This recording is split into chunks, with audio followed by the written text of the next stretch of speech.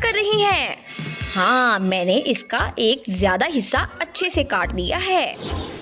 चलो जल्दी से अब काम करना होगा। हम इस पूरी क्रीम को अच्छे से केक के ऊपर लगा देंगे। ये बहुत ही मजेदार है।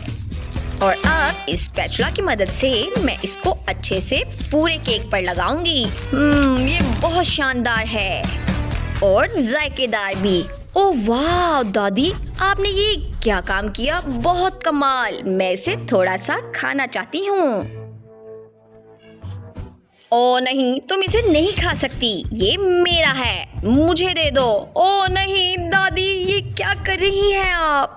ओह नहीं, मेरी उंगली। और अब मैं इस क्रीम को बास्केटबॉल के अंदर अच्छे से हर तरफ लगा दूंगी।